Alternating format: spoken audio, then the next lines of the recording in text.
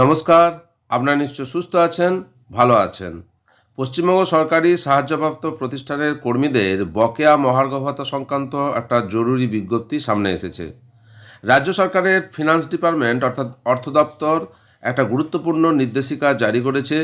2008 সালের এপ্রিল মাস থেকে 2019 সালের ডিসেম্বর পর্যন্ত যে সমস্ত সরকারি সাহায্যপ্রাপ্ত গ্র্যান্টিন এড প্রতিষ্ঠানের কর্মচারী ও পেনশনভোগীরা বকেয়া ডিএ বা মহার্ঘ ভাতা পাননি, সেই তালিকা তৈরির কাজ কতদূর এগোলো তা খতিয়ে দেখতে নবান্নে একটি উচ্চ পর্যায়ের বৈঠক ডাকা হয়েছে।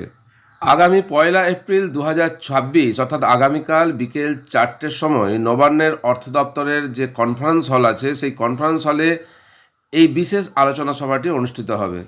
সেখানে উচ্চশিক্ষা, স্কুল শিক্ষা, মাদ্রাসা শিক্ষা, পরিবহন ও পঞ্চায়েত দপ্তরের শীর্ষ আধিকারিকদের উপস্থিত থাকতে বলা হয়েছে। এটা একটা ফিজিক্যাল মিটিং হবে।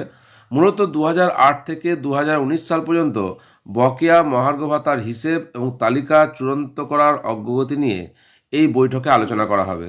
দীর্ঘদিনের অপেক্ষার পর কর্মীদের এই বকেয়া মেটানোর লক্ষ্যে সরকারের এই পদক্ষেপ অত্যন্ত তাৎপর্যপূর্ণ বলে মনে করা হচ্ছে এই বৈঠকের পর তালিকা চূড়ান্ত করে বকেয়া মহার্ঘ ভাতা বা ডিএ এরিয়ার মেটানোর কাজ দ্রুত গতি পাবে।